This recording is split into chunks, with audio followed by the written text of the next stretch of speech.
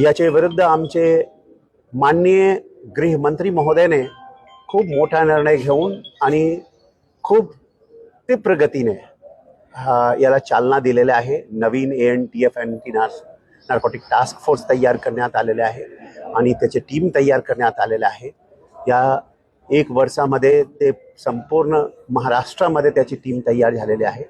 त्याच्यावर कारवाई करण्यासाठी सर्व प्रकारची यंत्रणा उभी करण्यात येत आहे आणि हा मुद्दा निसंदेह मी युवकांना सांगतो की तुम्ही डिप्रेशनमध्ये असताना, तुम्ही वेगवेगळे प्रकारचे ताणतणावामध्ये असताना, पियर प्रेशर म्हणजे तुमचे दोस्तमध्ये असताना हा जे गोष्टी करतात, ड्रग्स घेतात किंवा ओव्हर